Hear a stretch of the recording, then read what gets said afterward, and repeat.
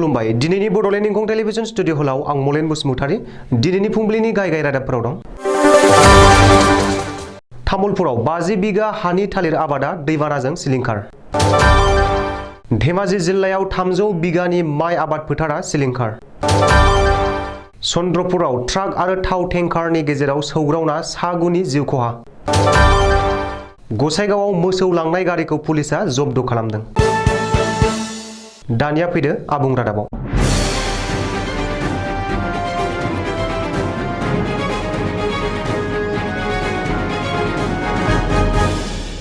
थाद'नाय गैयै जुब जुब अखा हानाया आसामनि गोबां जिल्लाफोराव न' बां आबाद फोथार लामा सामाफोरखौ खुरखानानै सिलिंखार खालामलांदों।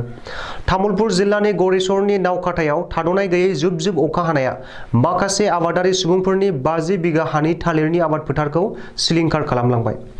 20 बिगा हानि थालिर आबाद फोथारनि हाया गोबां अखा हानायजों गिसिखाना थालिर आबादा दैमाजों गोजावना सिलिंखार जाबाय आरो 13 बिगा हानि थालिर आबादा दैबानाजों लोमसावना थाना थालिर बिफांफोरा रानलांनो हमजोबबाय होनना बुंथिदों। थालिरनि आबाद खालामनाय सुबुंफोरा बुंथिनाय बादिब्ला 50 बिगा हायाव थालिर आबादखौ सरकारनियाव लन लानानैसो थालिरनि आबादखौ मावदोंमोन। बेनिखायनो सरकारनिसिम अनसुंथाइ मोननो खावलायदों आबादारि सुबुंफोरा। थाद'नाय गैयै जुब जुब अखा हानाया गोबां आबादारि सुबुंफोरनि आबाद फोथारखौ लोमसावनानै आबादखौ सिलिंखार खालामदों।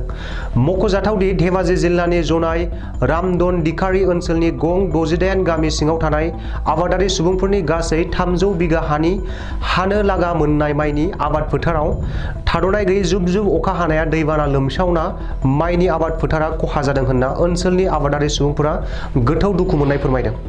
दायो दैबानाजों खहा खालामजानाय आबादारि सुबुंफोरा सरकारनिफ्राय अनसुंथाइ मोननो खावलायदों। गारि मटरनि अनजिमा बाङाय जालांनायनि जाउनाव आथिखालाव लामा जाब्रबथाय जानायफोराबो अखा नायब्लानो जाफ्लेबाय थाग्रा जाथाय बायदिसो सानजासै।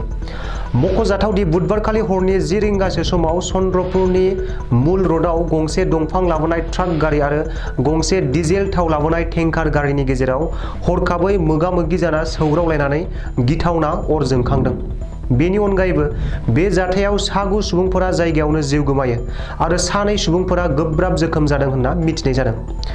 जाथायनि उनाव जाथायथिलियाव चन्द्रपुर पुलिसा अर खोमोरग्रा बिफाननो खौरां हरनानै अर खोमोरग्रा बिफाना जाथायथिलियाव फैना अर खोमोरफैयो।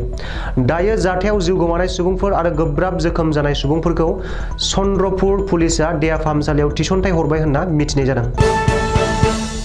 आयेन बेरेखायै मोसौ आरो मैसो लाखुमानो नाजानाय गंसे गारिखौ पुलिसा जब्द खालामदों। गसाइगावनि श्रीरामपुराव पुलिसा गोख्रों नायबिजिरनायनि गेजेरजों गंसे WB 63B1388 नम्बरनि गंसे मालगारियाव मा 14 मोसौ आरो मैसोखौ आयेन बेरेखायै लाखुमानो नाजानायखौ हमनो हादों।